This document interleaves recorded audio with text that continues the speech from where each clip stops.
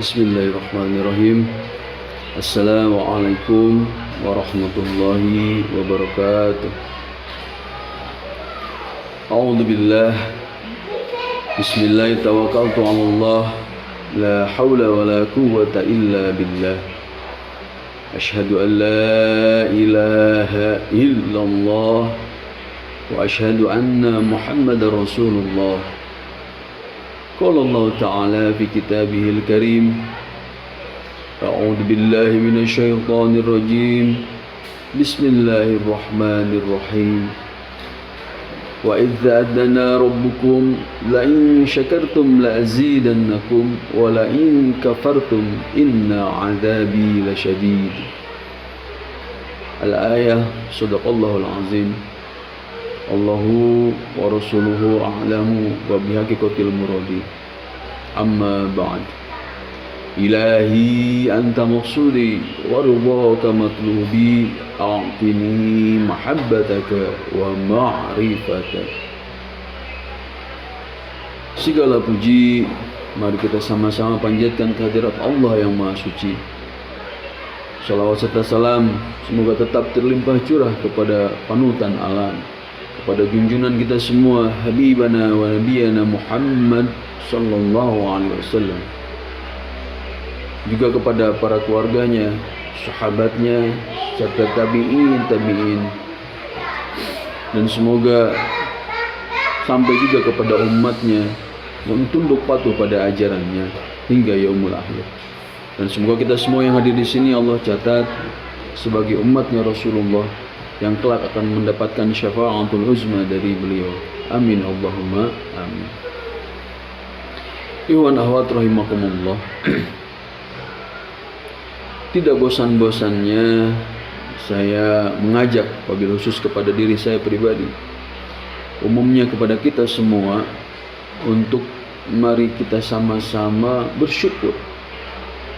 Bersyukur atas segala karunia Allah. Bersyukur atas segala apapun yang Allah berikan kepada kita. Bersyukur terhadap nikmat Allah sekecil apapun itu. Minimal kita bersyukur dengan mengucap Alhamdulillah. Alhamdulillah, pada pagi hari ini kita kembali dipertemukan oleh Allah, didorong oleh rasa cinta, didorong oleh rasa hikmat yang tinggi. Kita kembali bisa mengamalkan amaliyah bulanan Manaqib Sultanul Auliya Syekh Abdul Qadir Jailani Qaddasallahu sirrah. Semoga ini bisa menjadi bukti bahwa kita ini adalah muridnya Tuan Syekh. Dan semoga kita semua yang hadir di sini tercatat namanya di dalam buku daftar murid-muridnya Tuan Syekh Abdul Qadir. Amin Allahumma amin.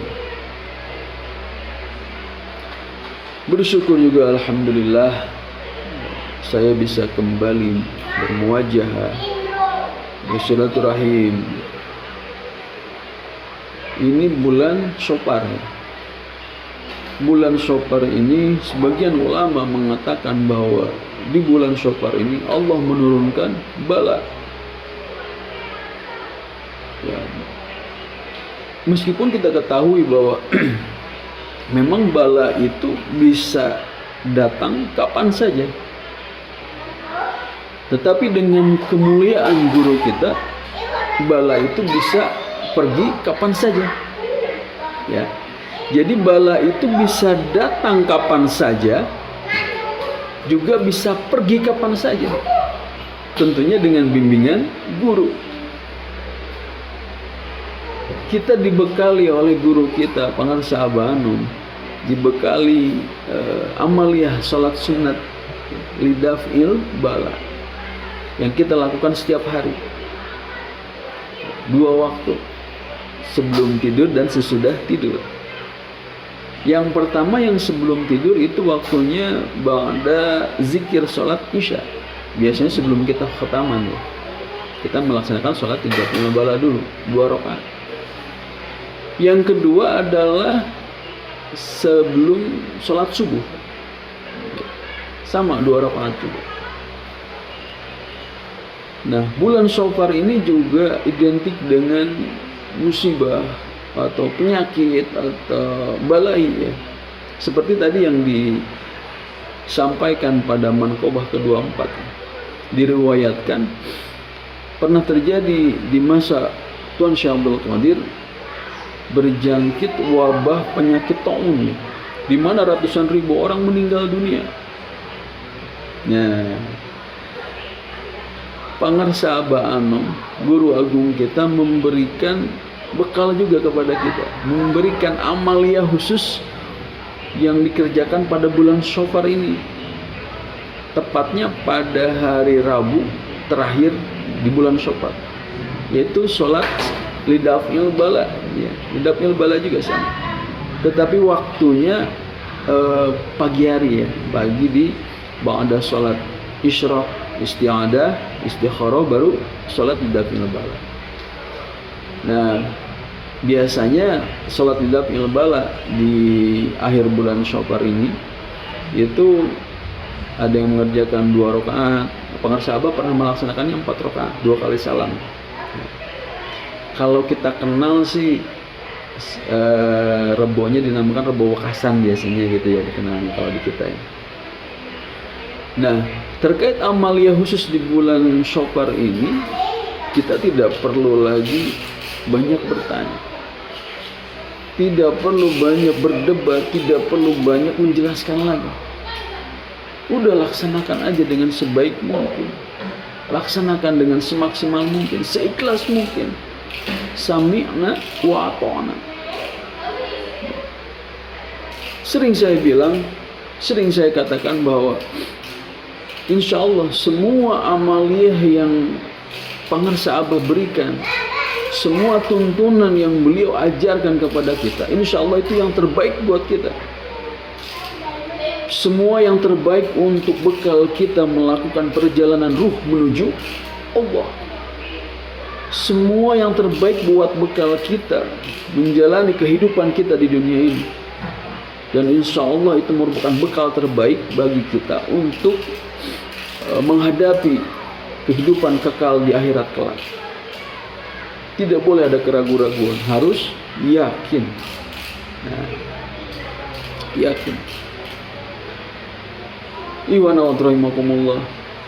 Salah satu bentuk rasa syukur kita kepada Allah, salah satu bentuk khidmat kita kepada guru kita adalah dengan memanfaatkan waktu dengan sebaik-baiknya. Alhamdulillah kita diberikan umur yang lebih panjang sedikit dibandingkan yang lain. Kita diberikan kesehatan. Karena biasanya kita baru tahu bahwa sehat itu penting ketika kita sudah mulai sakit ya. Kita mulai sadar kalau sehat itu mahal ketika kita, naudzubillah min dzalik, kita mulai terbaring di rumah sakit. Kita baru sadar biasanya ketika kita sudah mendapatkan musibah. Kita baru dekat dengan Allah ketika kita mendapatkan cobaan. Biasanya gitu ya. Nah, kita selaku muridnya Pangarsa Abah yang dibekali dengan zikir khofi, kita jangan sampai menunggu musibah dulu. Jangan menunggu ditegur dulu untuk kita bisa dekat dengan Allah, untuk kita senantiasa berzikir kepada Allah. Karena zikir hobi kita kan bisa dilaksanakan dan harus dilaksanakan kapan saja, di mana saja, dalam keadaan apapun. Lupa, ingatkan lagi, putus, sambung lagi, terus seperti itu. Zikir zahar kita yang hanya 165 kali itu masih lebih sedikit dibandingkan hajat kita yang begitu banyak. Zikir yang hanya 165 itu masih lebih sedikit dibandingkan keinginan kita yang banyak di dunia ini. Bahkan zikir hobi kita ini masih jauh lebih sedikit dibandingkan nikmat-nikmat Allah yang diberikan kepada kita. Zikir hobi kita masih sering putus ya, tetapi nikmat Allah tidak pernah terputus sedikit pun. Tidak pernah terputus. Hanya kita belum sadar aja. Nah, untuk itu mari kita sama-sama belajar mudawamah, belajar mendawamkan zikir ini.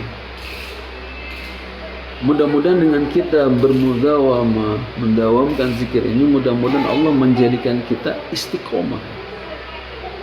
Karena istiqomah itu kan gak gampang, sulit. Ngomongnya aja yang gampang istiqomah gitu, tetapi praktiknya sangat sulit. Saking sulitnya, para ulama sufi mengatakan bahwa istiqomah itu lebih besar ya dibandingkan 1000 karomah. Jadi istiqomah itu lebih utama, lebih besar gitu kan, dibandingkan 1000 karomah. Saking sulitnya. Pangarsawa pernah mengatakan bahwa istiqomah itu diibaratkan panjat pinang. Nah, tahu ya panjat pinang ya? Ini 17 Agustus biasanya banyak lomba-lomba. Salah satunya adalah lomba panjat pinang. Ya, kita bayangkan nih panjat pinang. Jadi istiqomah itu kata Pangarsawa diibaratkan panjat pinang. Terekel, sorosot gitu ya. Terekel, sorosot. Ini kalau diterjemahkan ke dalam bahasa Indonesia agak bingung nih. Mungkin kurang lebih seperti ini. Jadi naik, turun lagi gitu ya. Naik, rosot lagi gitu ya. Terus seperti itu, naik, turun lagi. Walaupun begitu kita masih tetap dalam satu ikatan, tetap dalam satu lingkaran, tetap dalam satu kesatuan, dalam ikatan pohon pinang itu ya. Jadi kita naik, terus merosot lagi, tetap dalam satu pegangan. Nah, tidak semua orang boleh naik ke pohon pinang tadi itu. Hanya orang-orang yang terdaftar saja yang boleh naik pohon pinang tadi itu. Hanya orang-orang yang berikrar ingin ikut lomba panjat pinang yang boleh naik ke pohon pinang tadi itu. Ya bahasa kerennya hanya orang-orang yang ditalakin lah gitu ya. Dan pohon pinang itu dilumuri dengan oli biasanya. Jadi licin banget. Makanya tadi terekel, sorosot, naik, turun lagi. Licin. Nah, nggak apa-apa. Tujuannya karena di atas sana tadi itu, di atas pohon pinang itu ada hadiah yang menanti kita. Bermacam-macam hadiah. Untuk peserta lomba tadi, untuk peserta panjat pinang tadi. Mungkin ada TV 100 in gitu, ada kulkas 3 pintu gitu.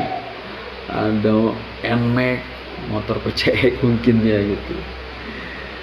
Nah, untuk mendapatkan hadiah di atas tadi itu, kita harus melewati prosesnya.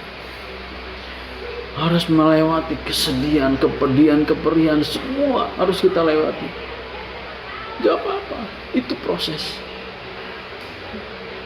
Badan kita sakit-sakit, pundak kita diinjak orang, ya kan? Kepala kita ketendang, muka kita kejedot pohon pinang tadi itu. Badan kita berlumuran dengan oli, berlumuran lumpur gitu ya. Gak apa-apa, itu merupakan proses. Tidak semua orang yang belajar zikir itu langsung kerjaannya lancar gitu ya. Usahanya maju, rezekinya berlimpah. Gak semua orang seperti itu. Tidak semua ulat menjadi kupu-kupu. Nah, bahkan Syekh Abdul Hasan Asyazili beliau mengatakan bahwa ketika Allah mau mengangkat memuliakan seseorang, maka dia akan diangkat derajatnya menjadi seorang hamba yang gemar beribadah, larut dalam amaliyah ketaatan, ibadah gitu terus. Nah, kalau kita cermati, Pangarsawa ini kan sudah memberikan tuntunan kepada kita begitu banyak, dari mulai bangun tidur sampai tidur lagi ya, banyak kan? Banyak. Mungkin nih Pangarsawa juga pengen kita ini sibuk dengan ibadah kita. Mungkin Pangarsawa ingin memberikan proposal kepada Allah, nih murid-muridku ini loh sibuk dengan ibadah. Mungkin pengarsaba ini ingin mengangkat derajat kita, biar Allah memuliakan kita. Mungkin gitu ya. Cuman kitanya aja yang nggak sadar. Mungkin gitu ya. Nah, di sini kan kita hanya belum menyadari bahwa mungkin tujuan pengarsabaan itu ke situ gitu. Lah saya kan kerjaan saya banyak, mungkin saya ibadah terus misalkan gitu. Sedangkan amal yang pengarsaba berikan ada zikir yang hariannya, zikir zahar, zikir khofi, sholat sunat gitu ya. Terus mingguannya itu ada khotaman, bulannya ada manakib, banyak banget itu. Ya minimal kita ini kan punya khofi. Ketika kita sibuk, ini kita ada khofi. Khofi ini kan bisa dijalankan kapan saja, di mana saja, dalam keadaan apa saja kan gitu. Jadi semoga setiap apa yang kita lakukan bernilai ibadah. Gitu ya. Kita bisa sampai pada posisi kita masing-masing saat ini tentunya dengan melalui semua cobaan ujian yang bermacam-macam. La yukallifullahu nafsan illa wus'aha, kata Allah. Bahwa Allah tidak memberikan beban, tidak memberikan ujian melebihi batas kemampuan. Jadi semua beban, semua ujian, semua cobaan itu sesuai dengan pundaknya masing-masing. Ujian cobaan yang Ikhwan Akhwat lalui, kalau diberikan kepada saya, belum tentu saya sanggup melewatinya. Begitu juga sebaliknya.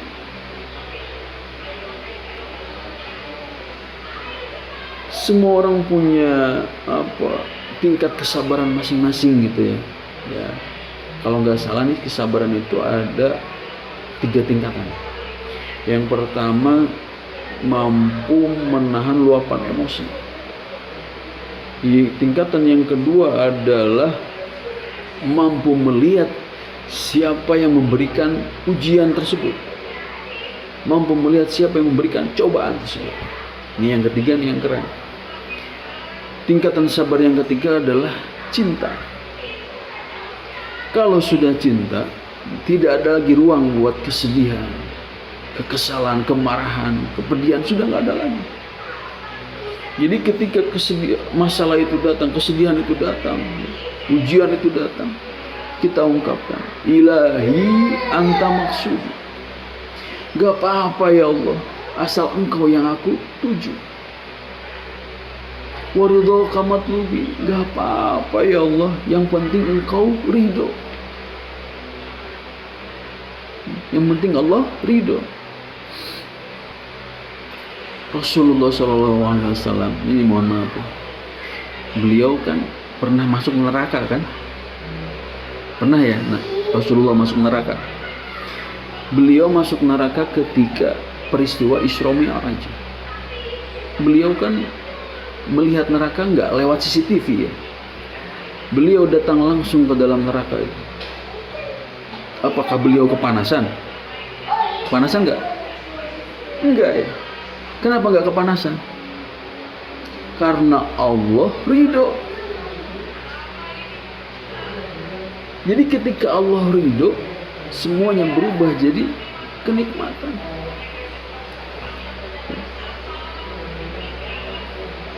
Untuk mencapai makom anta maksudi dan waridho kamatlubi, ini juga katanya ya, katanya, bukan karena saya juga belum sampai lah ke makom itu. Jadi katanya untuk mencapai makom anta maksudi dan waridhoka, itu kuncinya a'tini mahabbataka. Dengan mengenal Allah, dengan cinta kepada Allah, maka semua ujian, semua cobaan yang datang akan terasa sebagai sebuah kenikmatan. Alhamdulillah. Nah itulah beruntungnya kita memiliki mursyid kamil mukammal, seorang guru yang sempurna juga menyempurnakan, seorang guru yang mampu membimbing bukan cuma jasmani tetapi rohani juga, bukan cuma jasad tetapi ruh juga, yang mampu membimbing kita di dunia dan insya Allah sampai di akhirat kelak.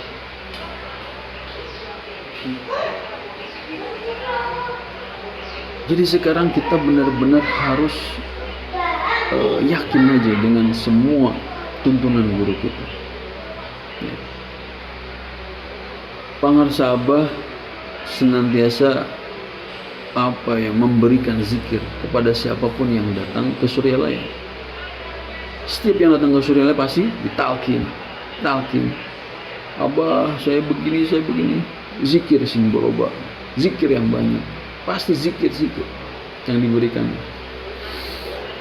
Karena zikir ini kan fungsinya juga yang utama adalah menjaga kita, melindungi kita, membentengi kita dari perdaya setan. Kita kan hidup berdampingan dengan setan. Allazi yuwaswisu fi sudurin nas.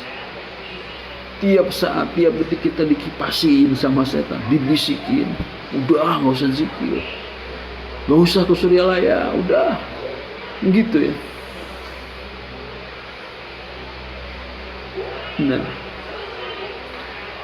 bahkan setan itu sendiri menggoda, kadang lewat orang lain, lewat saudara, lewat keluarga, lewat manusia yang lain. Di dunia ini kan ada dua macam manusia ya. Ada yang suka terhadap kita, ada yang benci kepada kita. Nah, cuma dua itu aja kan macam. Nah, apa yang harus kita lakukan? Kita harus fokus pada diri kita, fokus pada amaliyah kita, fokus pada tujuan kita. Diibaratkan kita main balap kelereng, ya tahu ya, yang menggunakan sendok. Nah, ketika kita ikrar bersiap untuk melaksanakan lomba balap kelereng menggunakan sendok, kita benar-benar harus fokus menjaga keseimbangan itu kelereng supaya tidak goyang gitu ya. Nah, kita sudah mulai mau jalan untuk melaksanakan lomba kelereng itu ya. Kan tadi ada dua orang tuh di dunia ini. Yang sebelah kanan mungkin yang suka sama kita. Apa yang mereka lakukan? Pasti akan memuji kita, ya, akan memberikan semangat kepada kita, mendoakan kita, gitu kan, mengeluhkan kita, mendukung kita pol-polan. Ya. Ketika kita lagi memegang kelereng itu, apakah kita harus menengok ke mereka? Jangan ya. Dikhawatirkan saat kita lagi fokus membawa kelereng itu, kita terlena dengan ucapan-ucapan mereka. Dikhawatirkan kita ini bangga, muncul rasa sombong dalam diri kita. Nah, begitu juga ketika ada yang di sebelah kiri, ada orang-orang yang membenci kita. Apa yang mereka lakukan? Pasti kan memarahi kita, memfitnah, segala macam lah, bikin kita sakit hati, ya kan? Kita harus menengok mereka? Gak usah. Fokus aja sama kelereng ini. Fokus pada diri sendiri, pada tujuan ini.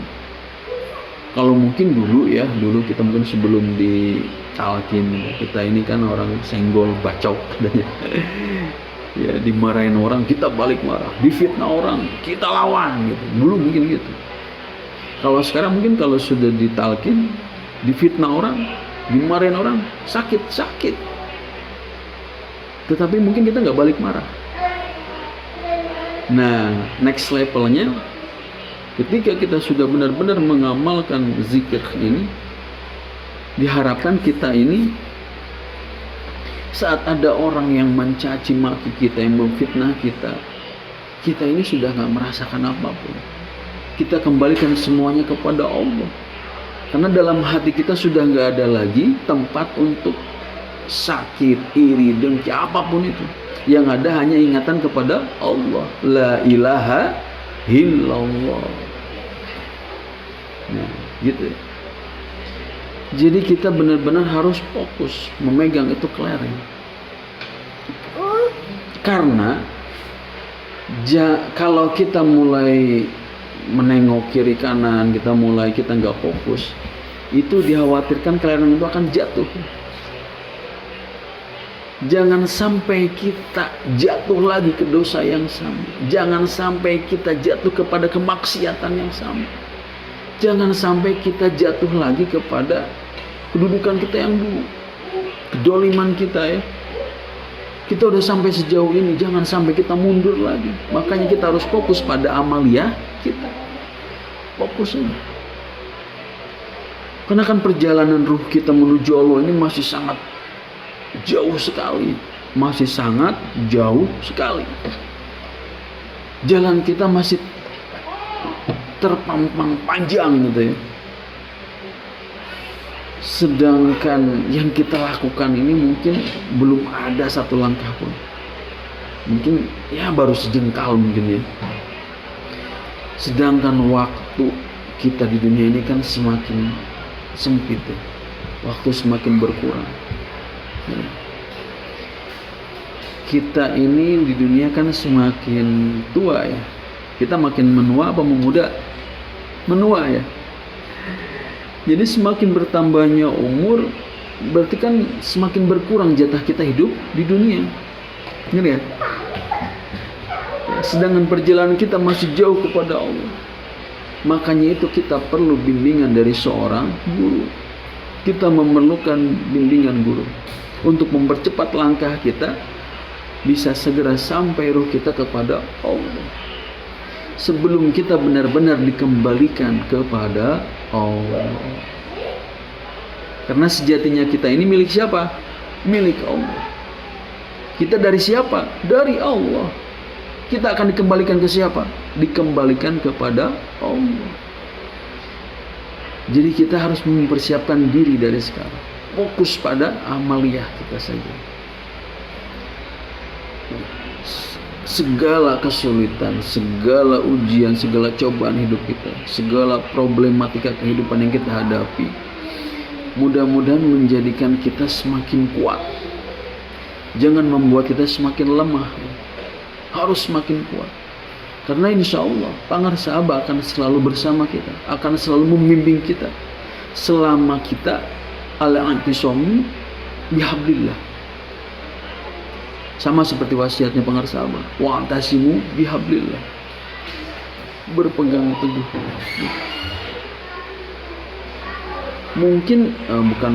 Pastilah kita pasti tidak akan bisa mengikuti ilmunya guru-guru kita. Kita pasti tidak akan mampu mengikuti ibadahnya guru-guru kita. Kita pasti tidak akan bisa mengikuti akhlakul karimahnya guru-guru kita. Kita pasti tidak akan mampu mengikuti keberanian sodakohnya guru-guru kita. Kalaupun kita belajar mengikuti, pasti akan jauh sekali. Yang kita punya saat ini adalah kesetiaan. Wa'tasimu bihablillah tadi. Mungkin wa'tasimu bihablillah kalau kita maknai lebih jauh adalah setialah gitu ya. Setialah pada ajaran dari guru kita. Setialah pada ajaran yang kita pegang sampai saat ini, sampai pada masa yang akan datang gitu ya. Pangarsa Aba mungkin ya sudah lama wafat. Tugas jasadnya sudah selesai di dunia ini, tetapi tugas ruhnya insya Allah masih berlanjut untuk membimbing kita semua. Mudah-mudahan Allah ridho dengan segala apa yang kita lakukan. Mudah-mudahan Allah ridho dengan kecintaan kita kepada guru kita. Mudah-mudahan Allah ridho kepada doa kita. Semoga kita diberikan kekuatan untuk mengamankan, melestarikan ajaran Thariqah Qadiriyah Naqsabandiyah. Amin. Allahumma amin. Wabillahi taufiq wal hidayah wal inayah. Wassalamualaikum warahmatullahi wabarakatuh.